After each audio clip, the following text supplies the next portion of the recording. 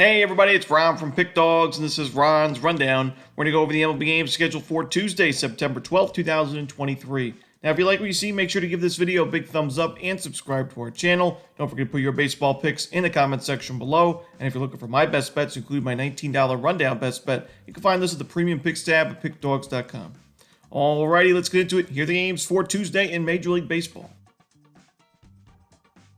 First up, the St. Louis Cardinals taking on the Baltimore Orioles. Adam Wainwright for St. Louis and making his much anticipated season debut for the Orioles, John Means. Now, we know the Orioles having a great season thus far. Going into Monday's games, they have 90 wins. They're in first place in the American League East, and that's all been without their ace from the last couple of seasons in John Means, who made some rehab outings in the minor leagues, had mixed results there, but in AAA in 14 and a third innings, a 2.51 ERA. He is huge for this rotation now down the stretch of the regular season into the postseason. And Means, we know, is more of a pitch-to-contact guy. Doesn't really blow you away with strikeout stuff, but really good control in terms of limiting walks and doesn't give up too many home runs either. I think he pitches pretty well in this game. Obviously, we don't expect him to go too deep in this ballgame, his first start back in a long time. But St. Louis in the last month, not the best numbers against lefties. They're 20th in team OPS against lefties. Isolated power right around 163, so it's right around league average, you could say.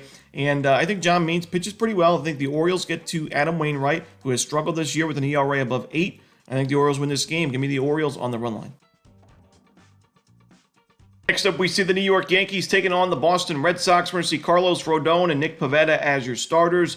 Not my favorite game on the board. It's tough to know what you're going to get from either of these starting pitchers. I mean, Carlos Rodon, it's been a disappointing season for him, a 6.6 ERA. Another game last start against the Tigers where he struggled. He only went 3 2/3 innings, 7 earned runs, and a 10-3 blowout loss. The Yankees are now 1-4 in his last 5 starts.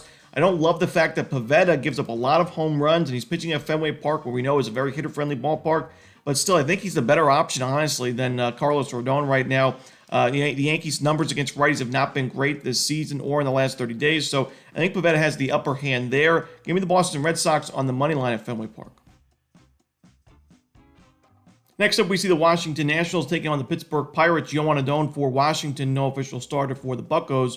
Yoan Adon, I know it's a small sample size, but in the 3 road starts or 3 road outings he's had this season, really good numbers, a sub-2 ERA, and actually overall his last 6 starts, the Nationals are 5-1 in those games, so he's been a pretty profitable pitcher for a team with a losing record, but a team that's been pretty profitable on the road this year. When you look at the Pittsburgh Pirates, their bullpen's been pretty solid in the last month, good ERA, good expected numbers, but I think Adon gives the Nationals a good shot to win this game, so give me Washington on the money line.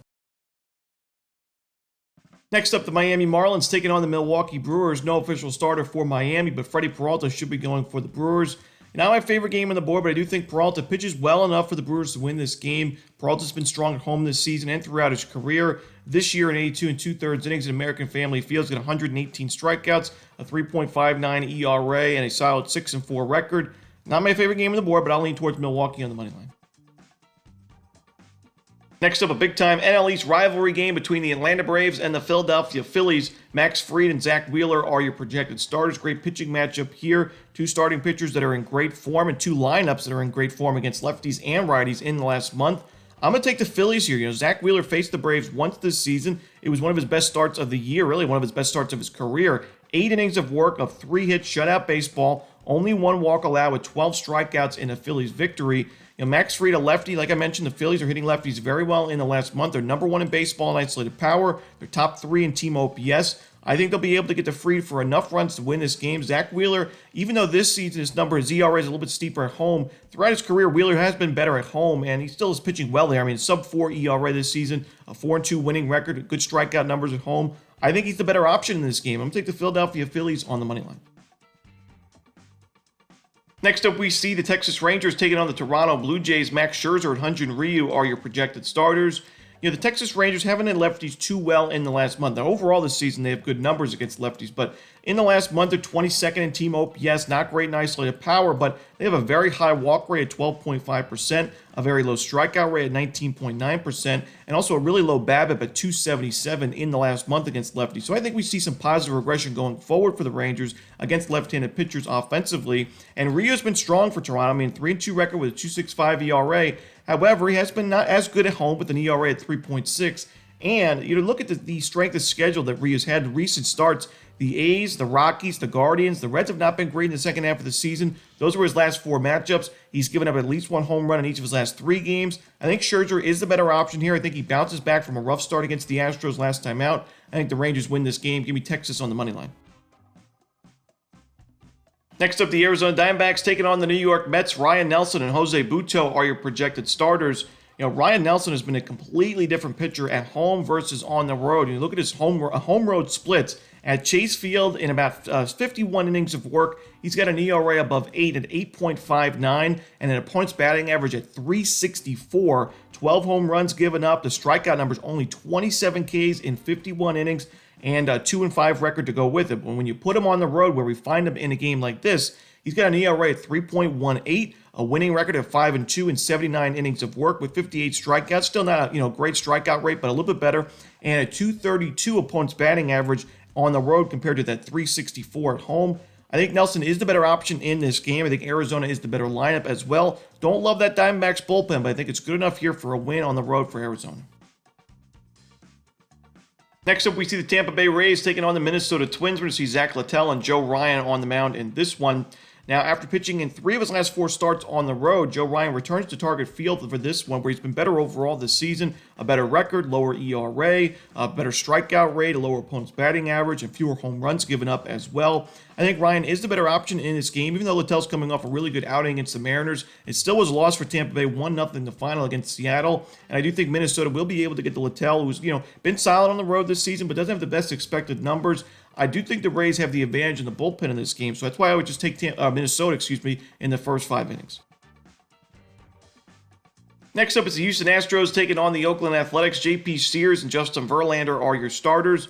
Justin Verlander had a nice bounce-back outing after struggling on Sunday Night Baseball against the Yankees. Against the Rangers last time out, it was 7 innings of 1-run ball and 6 strikeouts in a blowout win for Houston. And the Astros have won some blowout games with Verlander on the mound recently. That 12-3 win, 17-4 over the Tigers back on August 27th. Before that, 7-3 and 12-5 wins over the Red Sox and Marlins. So all those run line covers. I think we see another run line cover here. I would lay 2.5 runs to try to get a better price with Houston. J.P. Sears, a lefty facing the Astros. The Astros have just absolutely crushed lefties this season. That includes the last month. I think they get to Sears in this one. Give me the Astros on the run line. Next up, we go to Coors Field as the Cubs take on the Rockies. Javier Assad and Chris Flexen are your starters. I'm going to lean towards the over in this game. I don't know if I trust Javier Assad, a young pitcher at Coors Field. He's been better on the road this season, but hasn't pitched at Coors Field. His last game, he had no strikeouts in 5 1/3 innings, which is a bit concerning for me. 2 home runs given up, 7 base hits as well, and 3 earned runs in a 6-2 loss. I do think the Rockies could get to him. Chris Flexen has not pitched too well this season. He's actually had better numbers at Coors Field than his overall numbers, but still an ERA above 5 there. I think he struggles against a Cubs team we know is at righties very well in the second half of the season. The Rockies bullpen has not been trustworthy this year, and when you look at the last couple of games that Flexen has pitched in, the final scores of these games, 12-5, 13-9. There was a 10-5 game thrown in there. Give me the over here. Next up, we see the Seattle Mariners taking on the Los Angeles Angels. Patrick Sandoval and Brian Wu are your starters.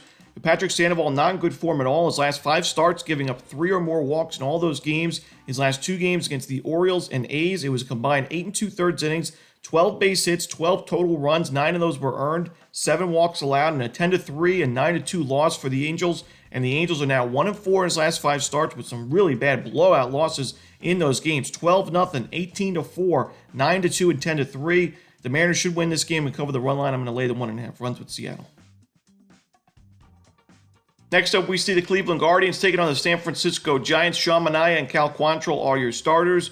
Sean Manaea is not my favorite starting pitching option to back, but I do think he has a really good matchup here against the Guardians team. We talk about it all the time. They've struggled against lefties. They were no hit by Framber Valdez. And in the last month, they're 24th in baseball in team OPS against lefties. They're 25th in isolated power. They have a low walk rate. And even though their strikeout rate's still pretty low, it's actually a little bit steeper than what we usually see from this Guardians team, above that 20% rate. So I do think Manaea pitches pretty well in this game. Good enough for the Giants to win this one. Cal Quantrill, also not my favorite option to back, but I would also lean towards the under, as we're at a very pitcher-friendly ballpark. San Francisco's offense has not been great against righties in the last 30 days either. Give me the under and a lean towards San Francisco.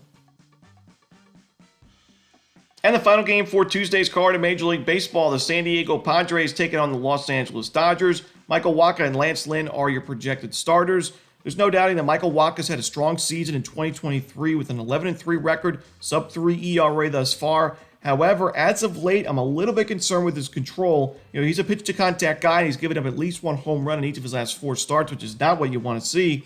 He's also had some control issues, missing outside the zone. 10 walks allowed his last 3 starts combined. He was only able to go 4 innings against the Phillies in his last start because he had 94 pitches after those 4 innings, and it was 3 earned runs, 7 base hits, and a home run with 3 walks to go with it. And I know the Phillies have been one of the tougher lineups to face recently, but so are the Dodgers. I mean, in the last month, they're top 5 in baseball in OPS, top 10 in isolated power against righties, low strikeout rate, high walk rate. I think Wacha could be in trouble in this game on the road, and Lance Lynn's also not been in good form. You look at his last 2 starts against the Marlins and Braves.